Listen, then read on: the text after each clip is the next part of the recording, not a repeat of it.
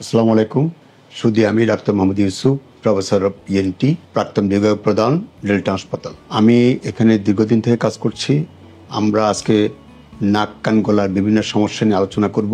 Delta হাসপাতালে আমরা কি ধরনের সেবা দিয়ে থাকি তা নিয়ে আলোচনা করব। নাক কান গলার সকল রোগের চিকিৎসা এখানে হয়, মেডিকেল চিকিৎসা, সার্জিক্যাল চিকিৎসা। আমরা এখন বলবো যে নাক কান গলার ক্যান্সার ছাড়া যেসব রোগের চিকিৎসা করি সেগুলো আমরা প্রথমে আলোচনা করি। নাক কান গলা যেসব সমস্যা নিয়ে সাধারণত আমাদের কাছে রোগীরা আসেন, প্রথমত কানের ব্যথা, কান থেকে পুষ্পানি পড়া, কানে কম শোনা, কান থেকে কানের পর্দা ফুটা, অথবা কখনো কখনো কানের হাড্ডি পচা ধরে, সেই সব সমস্যা নিয়ে আসে।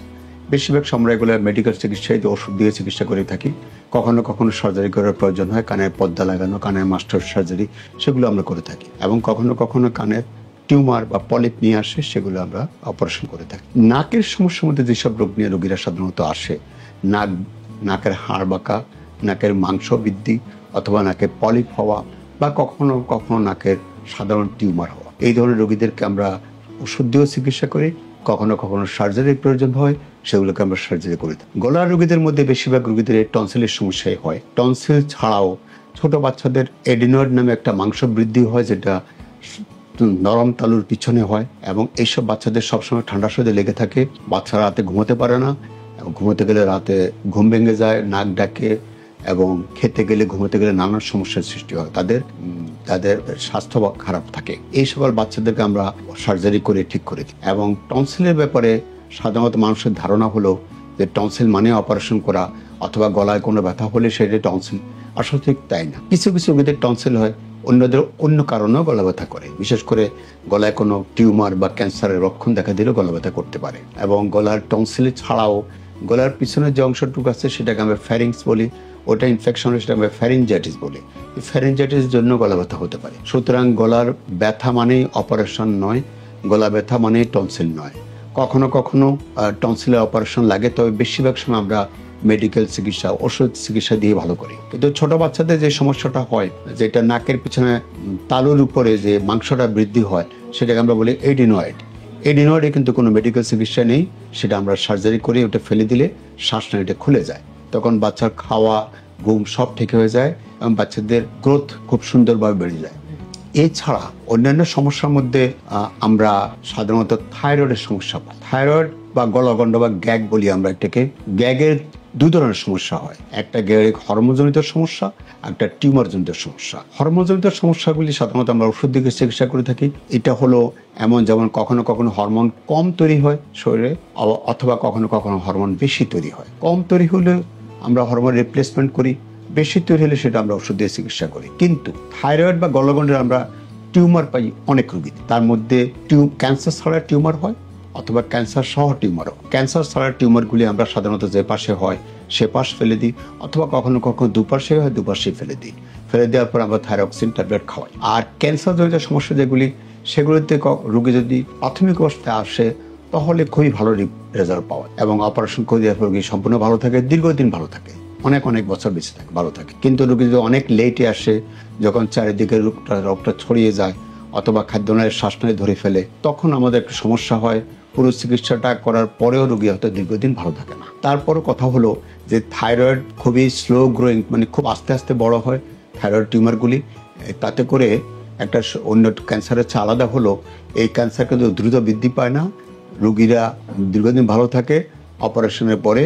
এবং এই রোগের কোনো রেডিওথেরাপি, বিশেষ করে ক্যান্সারের থেরাপির প্রয়োজন হয় না। আমরা সাধারণত অপারেশনের পরে একটা ক্যাপসুল খাওয়ানোর ব্যবস্থা করি কোনো কোনো রোগের ক্ষেত্রে। এই ক্যান্সার রোগের মধ্যে নাক কান গলার ক্যান্সারের মধ্যে বেশিরভাগ ক্যান্সারই হয় কণ্ঠনালীর ক্যান্সার, মুখের ক্যান্সার, এই দুটোই বেশি পাই। তাছাড়া খাদ্যনালীর ক্যান্সারও হয়। এছাড়া নাক ও কানের ক্যান্সার কিছু কিছু ক্ষেত্রে পেয়ে থাকি। এর মধ্যে কণ্ঠনালীর ক্যান্সারের মধ্যে প্রাথমিক অবস্থায় রোগী আসলে আমরা সাধারণত বায়োপসিনের রোগ ধরার পরে থেরাপির ব্যবস্থা করি। থেরাপি দেওয়ার পর রোগীরা দীর্ঘদিন ভালো থাকে। কিন্তু যদি অনেক বড় হয়ে যায়, চারিদিকে গুটি এসে যায় এবং ছড়িয়ে যায়, সে কোনো সমস্ত ক্ষেত্রে আমরা সার্জারি করার পরে থেরাপির ব্যবস্থা। আর টনসিলের ক্যান্সারও কখনো কখনো আসে, সেই সমস্ত ক্ষেত্রে বেশিরভাগ সময় থেরাপি দিলে ভালো হয়। কখনো কখনো আমরা সার্জারি করার পরে থেরাপি দিয়ে থাকি। তাছাড়া আমাদের মুখের ক্যান্সার, এটা খুবই কমন ক্যান্সার আমাদের দেশে। বিশেষ করে যারা পান খান, তামাক খান, এদের এই ক্যান্সারগুলি হয়। মূলত ক্যান্সারের একটা নাক কান গলার ক্যান্সার একটা বড় কারণ হলো তামাক সেবন অথবা ধূমপান করে। এছাড়া অল্প কিছু ক্ষেত্রে আমরা পাই যারা মদ খাওয়া অভ্যস্ত।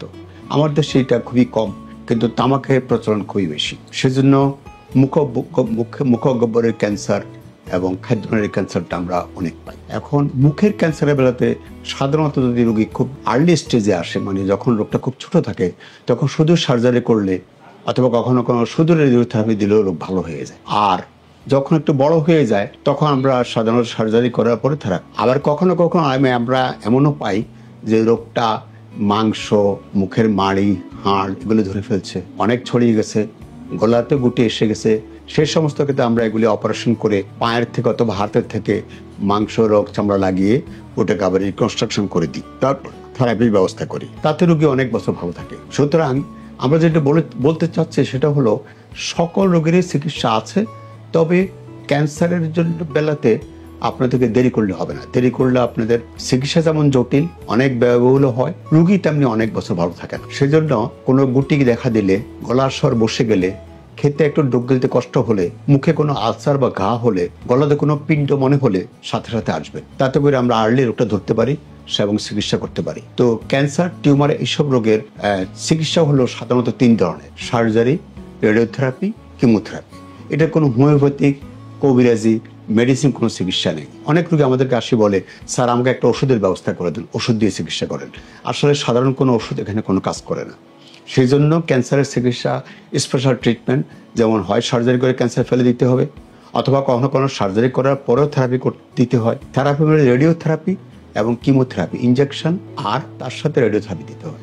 এটা হলো ক্যান্সার রোগের চিকিৎসা। আমি আপনাদেরকে অনুরোধ করব, আপনারা যারাই এই ধরনের কোনো সমস্যার সম্মুখীন হন, বিশেষ করে মুখের ঘা, জিহ্বার ঘা যা ভালো হচ্ছে না কোনোভাবেই, অথবা গলাতে কোনো পিণ্ড অথবা কণ্ঠনালী বসে গেছে, অথবা খেতে ডুগুলতে একটু কষ্ট হচ্ছে, সামান্য একটু কাটা কাটা লাগতেছে, তখনই আপনারা আমাদের শরণাপন্ন হন।